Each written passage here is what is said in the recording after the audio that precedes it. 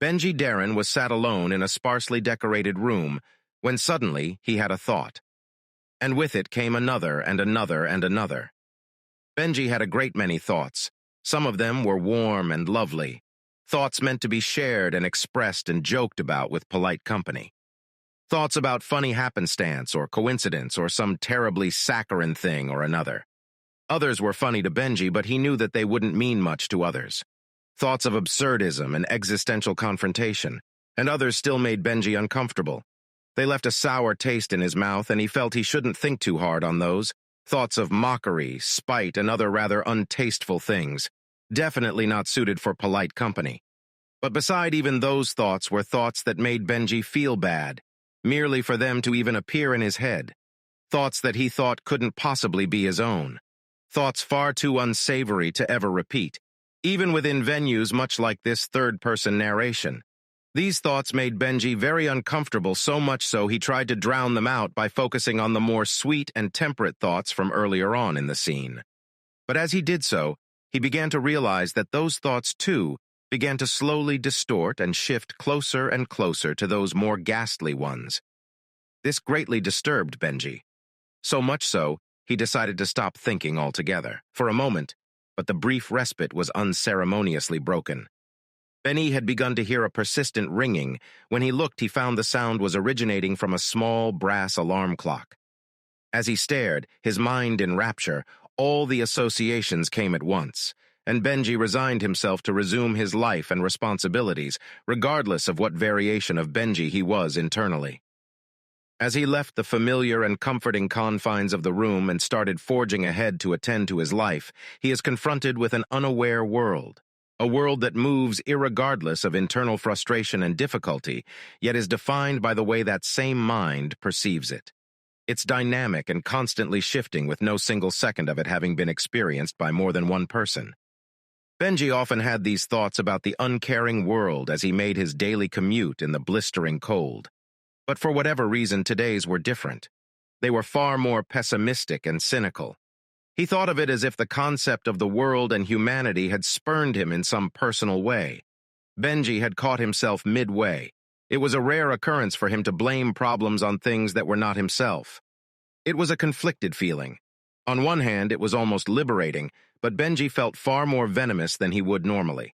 Like when berating himself for the 400th time about how he had misspoke, leading everyone to write him off entirely then and there.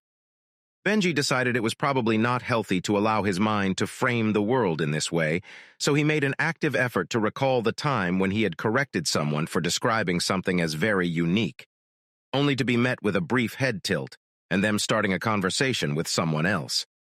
Benji had arrived at his destination, a concrete cube of a building in a sea of identical concrete cubes. As Benji entered the building's lobby, he stomped his feet briefly and wrung his hands together. Benji was greeted by the familiar synthetic smile of the receptionist. Their interaction is brief, but just as painfully forced and awkward as the countless times prior, or at least it was in Benji's estimation. Benji walked through the cavernous halls of the inner complex of the cube until Benji arrived at his desk and began to work. Benji's work was dull, meaningless, and benefited only those that employed Benji to do said work for them. But it was familiar. Benji was able to let his mind wander as he aimlessly toiled and plugged away at the backlog of his superiors and co-workers. As he delved into the nameless spreadsheets and foreign correspondent memos, Benji decided to try and nail down why he felt so off today. His days had become so regimented with pointless introspection and self-loathing, it was jarring for it to so suddenly shift towards the more antisocial oeuvre. Benji racked his brain for an answer. Was it something I ate? He thought. Maybe it's some weird hormonal brain thing and it'll pass soon? He thought again, clearly grasping at straws. While Benji continues inanely going in circles to find the solution to an impossible query, it may be timely to introduce myself, or at the very least the concept of myself. I am the narrator of this story, or rather the narrator of all stories. I usually try to be impartial and stoic, but this is a special case. I do so enjoy recounting this story. No matter how many times I do so, I never seem to tire of it. So forgive me if I'm a bit more casual than you may be used to. I can't help but get excited every now and again reciting the cyclical and mind-numbing detail of a man clinically self-absorbed. I hope you understand.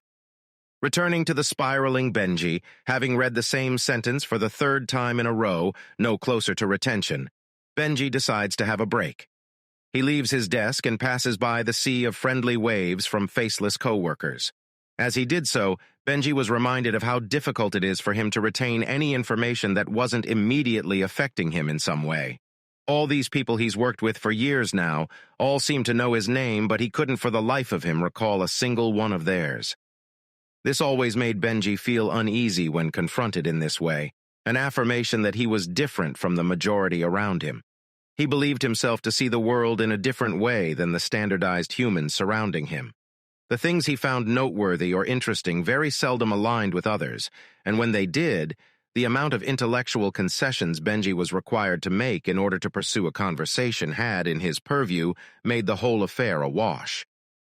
Benji had learned to retreat within, in order to cope with this feeling of self-alienation.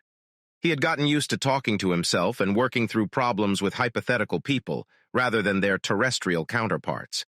It allowed him to be able to express himself without any of the negatives, as well as 90% of the positives. But Benji had trained himself to relish that delightful 10%. It was freeing to be able to unload even a small fraction of the mental strain he has developed throughout his life onto a being occupying a less burdened sector of his mind.